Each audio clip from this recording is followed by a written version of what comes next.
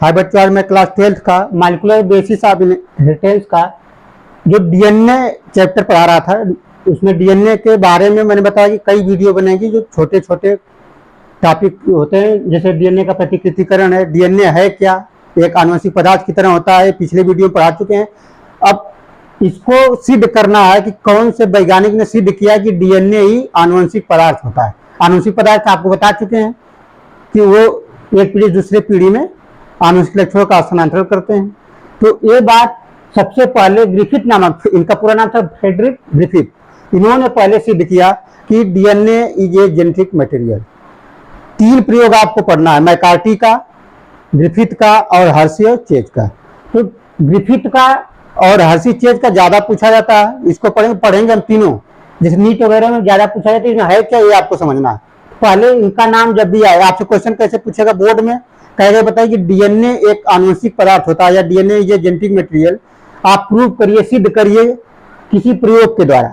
तो इसमें आपको 3 प्रयोग पढ़ना है, जो कि जनरली जाए तो 2 प्रयोग पूछे जाते हैं, हर्शी चेज और ग्रिफिथ का। तो ये मैं अलग अलग वीडियो खोल, यहाँ पे ग्रिफिथ का पढ़ाऊंगा, दूसरे वीडियो में आपका हर्शी चेज का होगा, और उसी के साथ हम मैकार्टी का भी पढ़ा देंगे। यानी कि इसमें है कि आपको समझना, तो इसमें 2 चीजें आपको होगी, एक जीवाणु और दूसरा होगा चूहा। देखिए इससे क्या फायदा होगा आपका कि क्या क्या इसमें मटेरियल है, उससे आप लिख ले जाएंगे मटेरियल समझ करके। यानी ग्रिफिथ का एक्सपेरिमेंट 2 चीजों पर आधारित है, एक तो जीवाणु लिए और जीवाणु के साथ साथ क्या लिए उन्होंने, चूहे को लिया। इसी के आधार पर अपने पूरे प्रयोग किया और बताया कि डीएनए ये जेनेटिक मटेरियल। अब देखेंगे है क्या ये। तो सबसे पहले लिखेंगे यहाँ पे सन 1928 में फ्रेडरिक ग्रिफिथ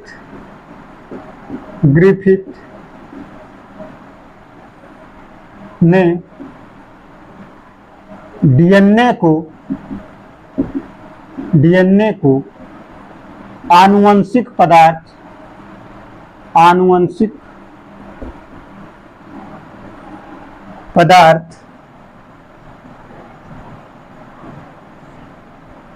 के रूप में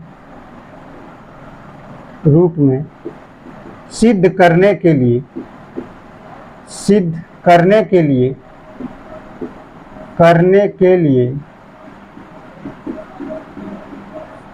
करने के लिए रूपांतरीय प्रयोग यानी ट्रांसफार्मिंग प्रिंसिपल प्रस्तुत किया। यानी कि करने के लिए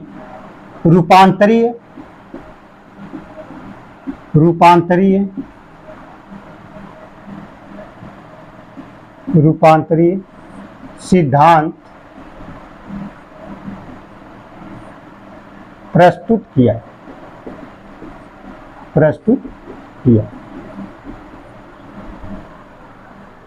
सबसे पहले तो है कि सन 1928 में फ्रेडरिक ग्रिफिथ ने डीएनए को आनुवंशिक पदार्थ के रूप में सिद्ध करने के लिए रूपांतरीय सिद्धांत प्रस्तुत किया, जो कि ये पहला प्रयोग था।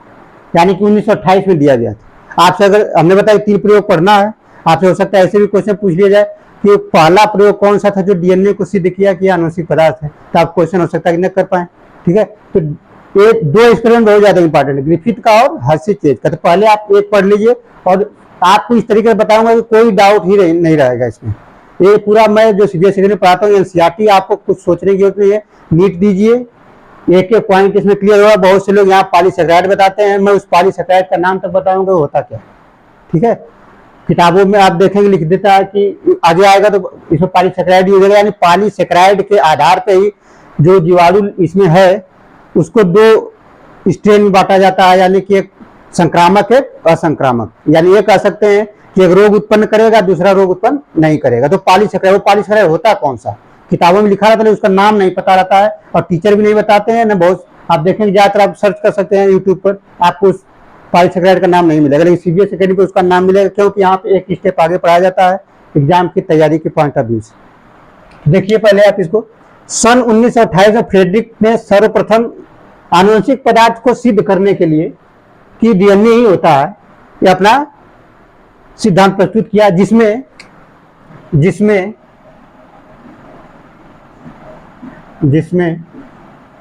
इन्होंने इन्होंने स्ट्रेप्टोकोकस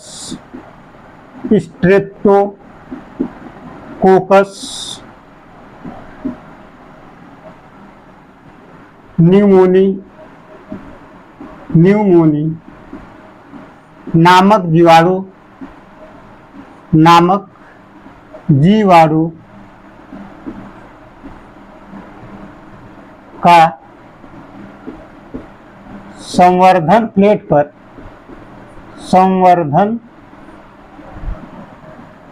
संवर्धन प्लेट पर वृद्धि कराया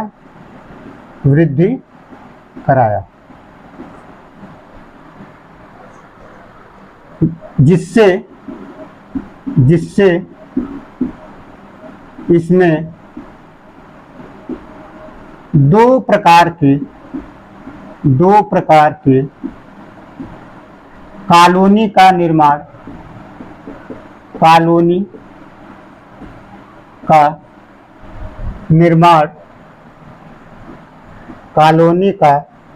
निर्माण हुआ जिसे यस प्रभेद, यानी कि इसको इंग्लिश बोलेंगे यस स्ट्रेन तथा आर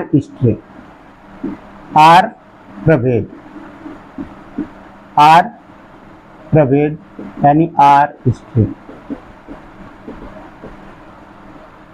इसमें पहले आप समझ लीजिए, सबसे पहले जो वैज्ञानिक फ्रेडरिक, इन्होंने एक जीवाणु लिया। आपसे क्वेश्चन देखिए, नीट में हर लाइन पे क्वेश्चन बन जाएगा। तो आपसे क्वेश्चन ये पूछा, बताइए कि जो ग्रिफिथ का एक्सपेरिमेंट है डीएनए को जैसे सिद्ध करने के लिए, वो किस पर प्रयोग किए थे? जीवाणु पर, विषाणु पर, कवक पर, शैवाल पर। तब यही क्वेश्चन गलत हो जाएगा। इसमें क्या है? जीवाणु। ठीक है, ये क्या लिए थे? जीवाणु लिए थे। उस जीवाणु का नाम भी आपसे पूछा जा सकता है और पूछा ही जाएगा अगर यहाँ से क्वेश्चन उठाएगा, जिसका नाम है स्ट्रेप्टोकोकस निमोनी।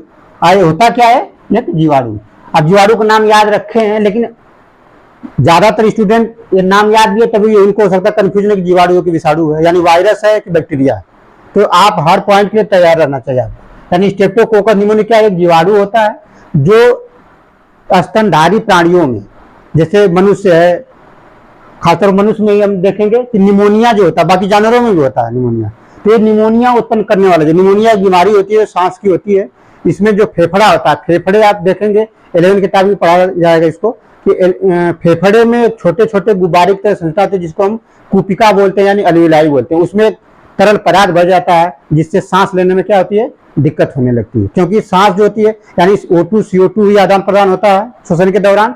तो जब वो अलवेलाई में ही मेन जो साइट होता है, ये अच्छे परीक्षा में पूछा जाता है कि गैसियस एक्सचेंज जो होता है, गैसों का आदान प्रदान किस भाग में होता है? फेफड़े के। तो फेफड़े में कई भाग हैं, उसमें किसमें होगा? कुपिका या अलवेलाई। ये बैलून लाइक स्ट्रक्चर होता है या थैलीनुमा संरचना होती है। उसी थैलीनुमा संरचना में क्या हो जाता है? एक तरल पदार्थ भर जाता है निमोनिया के, यानी कि इस जीवाणु के कारण।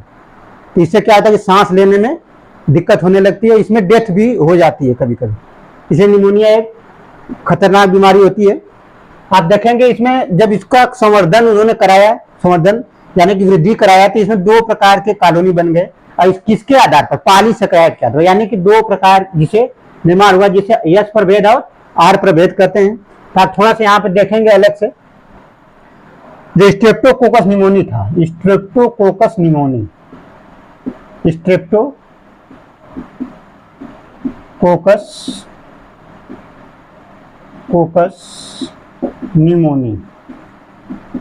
शब्द से पता चलता है कि क्या काम करता है? निमोनिया उत्पन्न करता है स्तनधारियों में।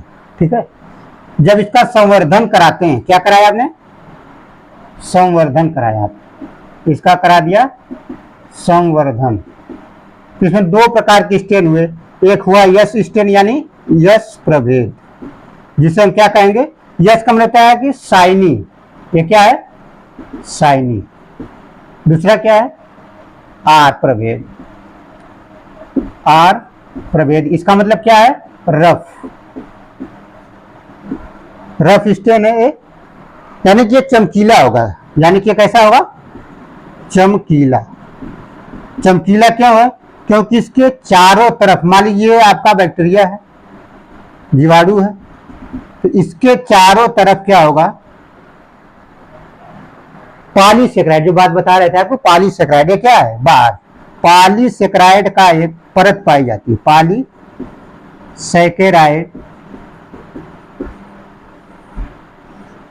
की परत, पॉलीसेकेराइड की परत बन जाती है। रफ में क्या होता है, ये कैसा आता है, रफ है, रफ का मतलब होता है कि वो खुरदुरा है, यानी कि क्या होगा, हिंदी में बोलेंगे इसको खुरदुरा।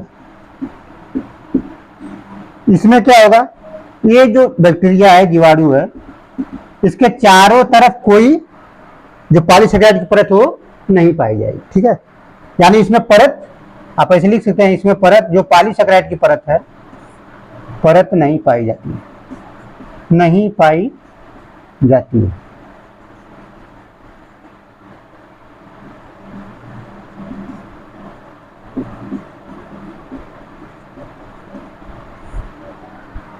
पहले इसको अच्छे समझ लीजिए, आप इसको देख लीजिए कि कैसे है।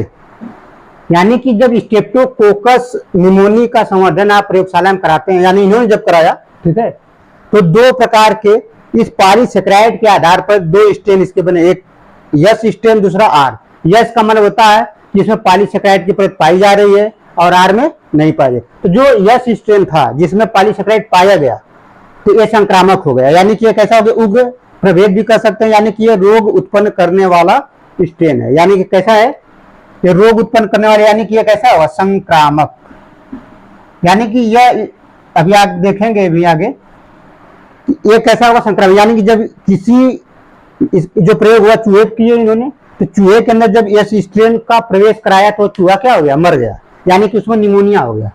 लेकिन जब आर स्ट्रेन का प्रवेश कराया तो जीवित रहा, यानी कि वो कैसा, सामान्य जो चूहा था उसी तरह रहा, उसको निमोनिया उत्पन्न नहीं, यानी उसको निमोनिया बीमारी नहीं हुई। यानी ये कैसा है, असंक्रामक, असंक्रामक।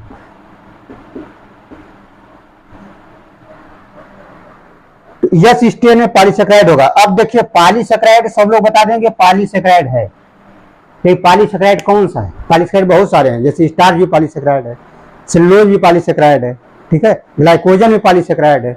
अब अच्छे पेपरों में, जैसे नीट का पेपर है, चाहे पीसीएस लोअर पीसीएस का पेपर है, तो वहां पे आपसे पूछ लेगा, बताइए जो अगर बायोस दे रहे तो पीसीएस में आएगा, नहीं तो बाकी नीट जैसे पेपर में ही आएगा, मेडिकल पेपर में। यानी कह देगा कि जो ग्रिफिथ का एक्सपेरिमेंट है उसमें से कौन सा पॉलीसेकेराइड है, तो उसमें आपको याद रखना कि उसका नाम होता है पेप्टाइडोग्लाइकान, पेप्टाइडोग्लाइकान, पेप्टाइडोग्लाइकान, ग्लाइकान।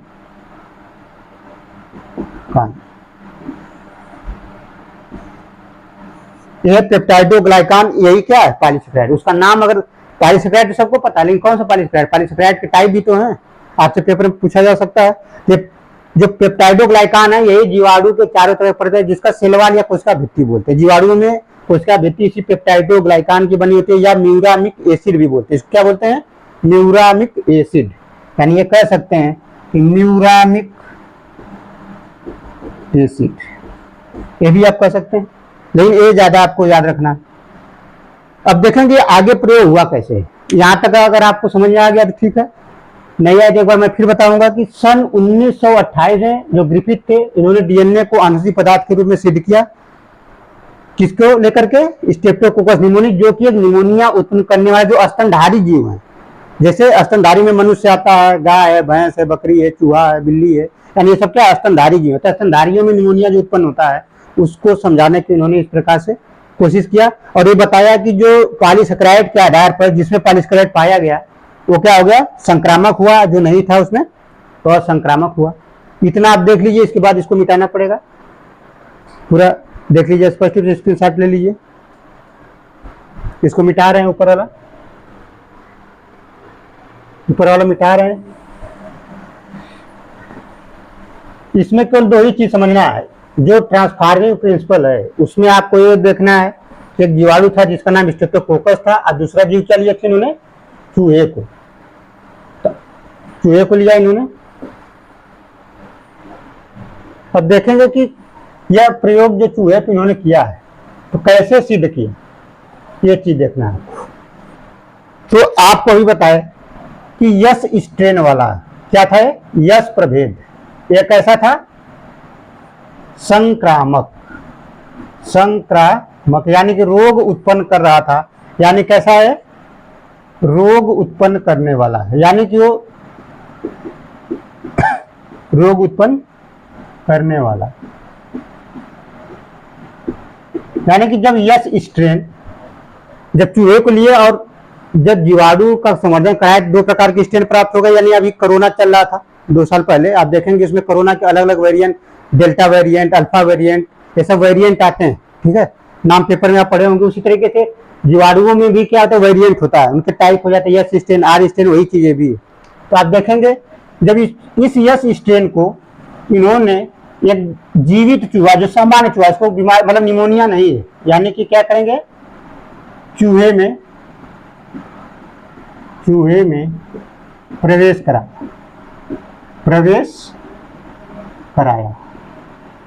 जब प्रवेश कराया तो जो चूहा थे, मतलब 2, 3 चूहे, 4 चूहे प्रयोग में लेते हैं, तो जो चूहा लिए थे, चूहे को लिए और यस प्रभेद जो स्ट्रेन था उसको प्रवेश कराया, तो चूहा क्या हो गया, मर गया। यानी चूहा क्या हो जाता है, मर जाता है। मरेगा क्यों, क्योंकि उसको निमोनिया हो जाती है, यह सिस्टम, क्योंकि यह सिस्टम क्या है, संक्रामक है, यही रोग उत्पन्न कर रहा था, तो ये मर गया। यानी कि कैसा होगा, निमोनिया हो गया इसको। क्यों मरा है, निमोनिया के कारण, निमोनिया, इसको निमोनिया हो गया। फिर इन्होंने जो वैज्ञानिक थे, इन्होंने देखा कि 2 स्ट्रेन है, तो एक तो ये देख लिए, फिर दूसरा देखा कि नहीं, आर स्ट्रेन वाले को देख लिया जा, आर प्रभेद। और आपको पहले ही मैंने क्लियर कर दिया कि जो आर स्ट्रेन वाला है वो कैसा है, असंक्रामक, यानी कि रोग उत्पन्न नहीं करेगा। असंक्रामक यानी रोग उत्पन्न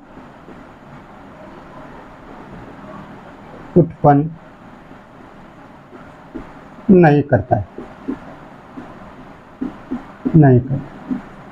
आप देखेंगे असंक्रामक, असंक्रामक तो क्या है, जो रोग उत्पन्न नहीं करता है, संक्रामक जो रोग उत्पन्न करता है। इसी को आप देखेंगे अलग किताब में, उग्र प्रभेद, उग्र भेद, इस तरीके की लैंग्वेज यूज करता है। आप सिंपल सीधे सेकंड में आपको ऐसा बताया कि सबको समझ में आए, आपको समझ में आएगा, आप रखते रहेंगे, क्योंकि 3 प्रयोग एक क्वेश्चन बोर्ड में आना है 5 नंबर का, कि डीएनए को सिद्ध करना है कि आनुवंशिक पदार्थ है, तो किस प्रयोग, या तो आपको नाम दे दिया कि नहीं, आपको यही बताना, ग्रिफिथ का बताइए, तो आपको लिखना मजबूरी है, या हर चीज का पूछा तभी, या कभी कभी ऐसे भी क्वेश्चन देता है कि किसी एक प्रयोग द्वारा सिद्ध कीजिए कि डीएनए एक आनुवंशिक पदार्थ है, तो किसी एक, तो दोनों में से कोई भी याद हो, 3 हमने बताया है, ठीक है, तो 2 जरूरी पूछा जाता है, तो दोनों में से कोई एक लिख सकते, लेकिन जब नाम ही दे देगा कि डीएनए को सिद्ध करिए इस प्रयोग द्वारा, तब इस चीजें आपको पता होनी चाहिए, तो आसान रहेगा, तभी आप पढ़ सकते हैं, ठीक है। यानी आप इसमें क्या हो जाएगा, इसको जो आर वाले को चूहे में प्रवेश कराया, चूहे में प्रवेश कराया,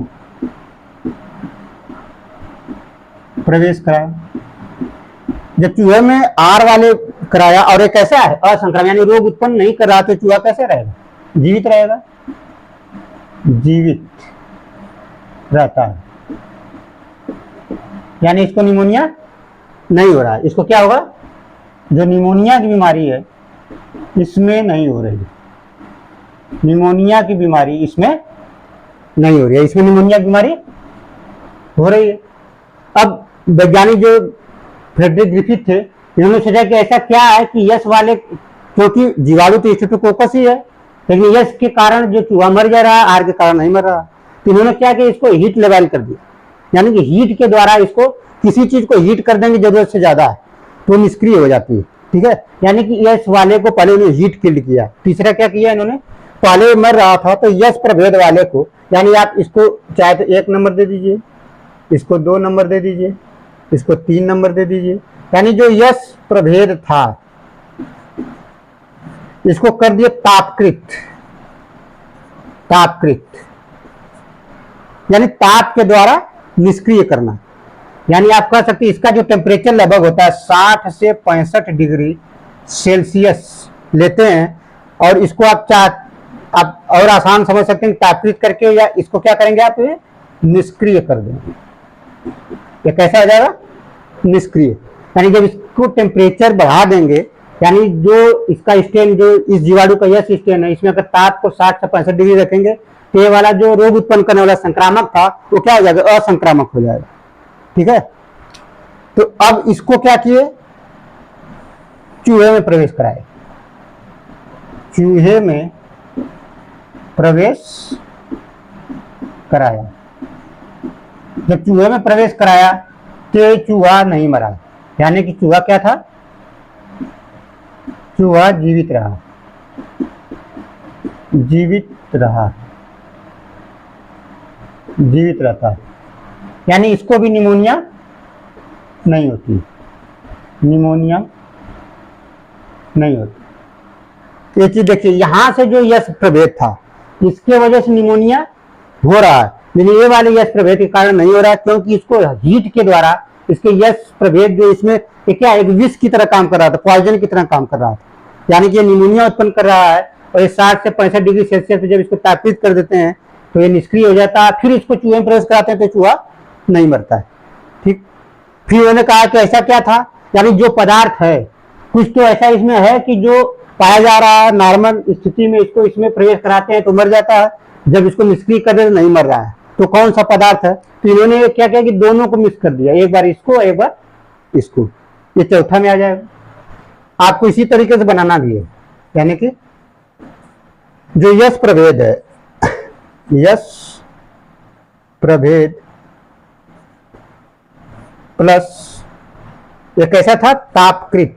आपको लिखना यहाँ पे जरूरी है क्योंकि यहाँ दो कंडीशन हो जाती, तापकृत लगभग 60 से 65 डिग्री सेल्सियस, और ये कैसा था, निष्क्रिय, यानी ये रोग उत्पन्न अब नहीं कर पा रहा है, क्योंकि आप देख सकते हैं कि जब हीट के द्वारा इसको निष्क्रिय कर दिया गया तो चूहा नहीं मर रहा था, यहाँ पे चूहा मरा था यश के कारण, आर के कारण तो नहीं मर रहा है, चाहे वो निष्क्रिय करिए चाहे मत करिए। यहाँ पे क्या हो जाएगा, आर प्रभेद, आर प्रभेद। अब इसको देखेंगे, फिर चूहे में प्रवेश कराया इन्होंने, चूहे में प्रवेश कराया, प्रवेश कराया तो चूहा मर गया, चूहा मर गया या मर जाता है, मर जाता है।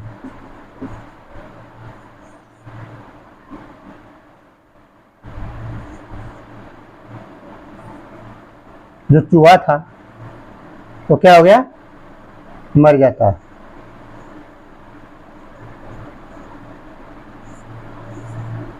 ये देखिए चूहा, चूहा जो है कि क्या होता है, मर जाता है।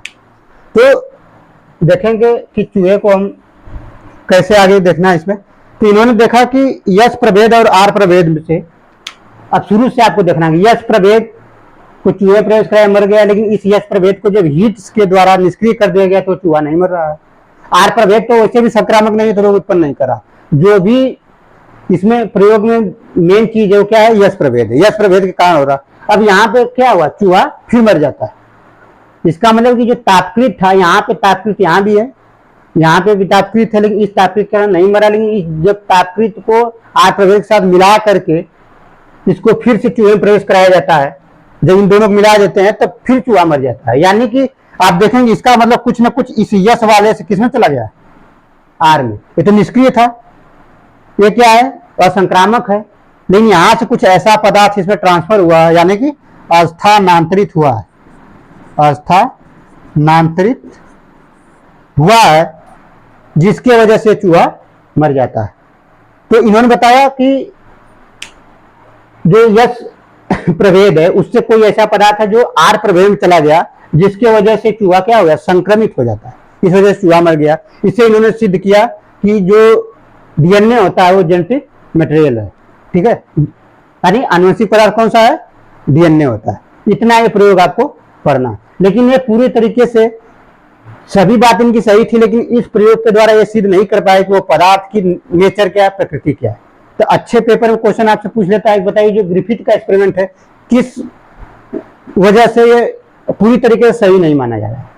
क्योंकि ये उस जो जेनेटिक मटेरियल है यानी डीएनए है उसकी प्रकृति, उसकी बायोकेमिकल नेचर के बारे में एक्सप्लेन नहीं कर पाते हैं। नोट में एक चीज आपको लिखना, पहले एक बार पूरा देख लीजिए, स्क्रीनशॉट ले लीजिए, तब आगे बता रहे हैं।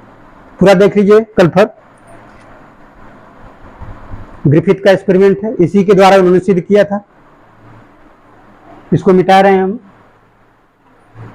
या इतना मिटा करके यहीं लिख दे रहे हैं।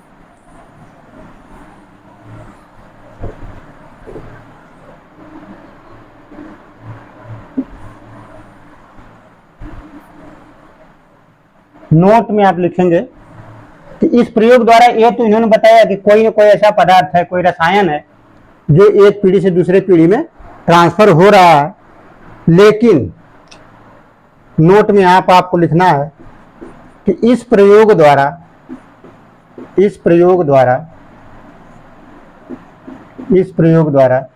यह स्पष्ट नहीं होता है, यह स्पष्ट नहीं होता है कि आनुवंशिक पदार्थ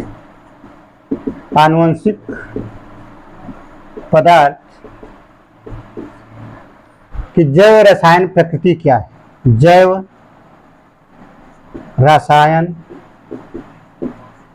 प्रकृति क्या है, यानी कि उसका नेचर क्या है। यानी आप कह सकते हैं bio chemical nature of genetic material,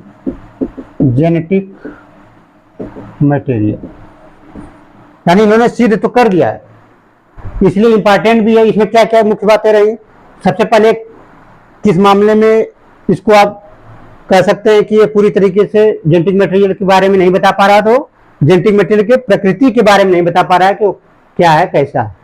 यानी कि आप इसमें कैसे आपको याद रखना था, आप रखें कि जो ग्रिफिथ थे उन्होंने चूहा और स्टेप्टोकोकस को जीवाणु को लेकर प्रयोग किया। पहले उस जीवाणु को प्रयोगशाला में संवर्धन कराने के पश्चात जब कराया तो उसमें दो प्रकार के स्टेन बनेंगे, आर स्टेन और यस स्टेन। यस स्टेन में क्या पाया जा रहा है, चारों तरफ उसके कोट पाई जा रही है, यानी परत पाई जाती है पॉलीसेकेराइड की, उसका नाम क्या है पेप्टाइडोग्लाइकान, जिसकी वजह से वो संक्रामक हो जाता है। और दूसरा क्या असंक्रामक है, जब इसको प्रवेश कराते हैं चूहे में तो मर जाता है, आर स्टेन वाले को कराते हैं तो नहीं मरता है। इसके बाद जो यस स्टेन का है आप देखेंगे यहाँ पे मिटा दिए हैं, यस स्टेन को जब हीट के द्वारा निष्क्रिय कर देते हैं तो फिर वो चूहा क्या रहता है, जब दूसरे चूहे में प्रवेश कराते हैं तो जीवित रहता है। लेकिन जब उसको आर के साथ मिला देते हैं, यानी यस और आर हीट लेवाइल वाले, यानी हीट के साथ जब उसको निष्क्रिय करते हैं तो चूहा फिर मर जाता है। तो इससे उन्होंने निष्कर्ष निकाला कि यस वाले से कुछ ऐसा है जो आर वाले में ट्रांसफर होता है जिसकी वजह से चूहा मर जाता है। तो इन्होंने ये बताया कि नहीं कुछ पदार्थ है, लेकिन उस पदार्थ के बारे में, उसकी प्रकृति के बारे में इस प्रयोग द्वारा सिद्ध नहीं हो पाता है कि उसका नेचर क्या है। तो आपसे क्वेश्चन दे देता है कि ग्रिफिथ के एक्सपेरिमेंट में कौन सा स्टेटमेंट गलत है या कौन सा सही है।